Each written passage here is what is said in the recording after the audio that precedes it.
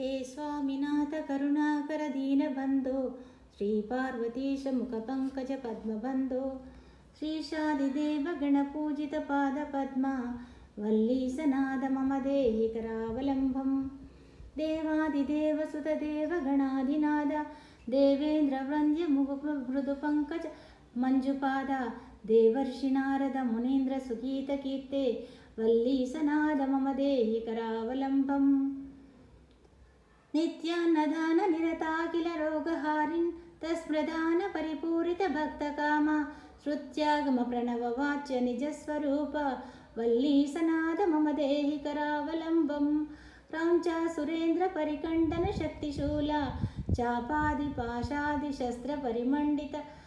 दिव्यपाणे श्रीकुण्डलीश धृततुण्ड शिकीन्द्रवाहा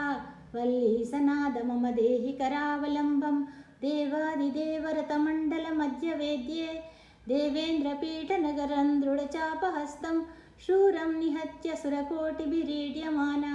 वल्लीसनाद मम देहि करावलम्बम्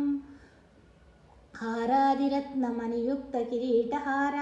केयूरकुण्डललसत्क्वचाभिरामा हे वीरतारकदयामरबृन्दवन्द्या वल्लीसनाद मम देहि करावलम्बम् पञ्चाक्षरादि मम मन्त्रित गाङ्गतोयै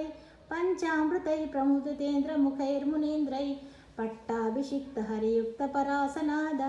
वल्लीसनाद मम देहि करावलम्बम् श्रीकार्तिकेय करुणामृतपूर्ण दृष्ट्वा कामादिरोगकलुषीकृतदुष्टचित्तं भक्ता तु मामवकलाधरकान्तिकान्त्या वल्लीसनाद मम देहि करावलम्बम् फलश्रुति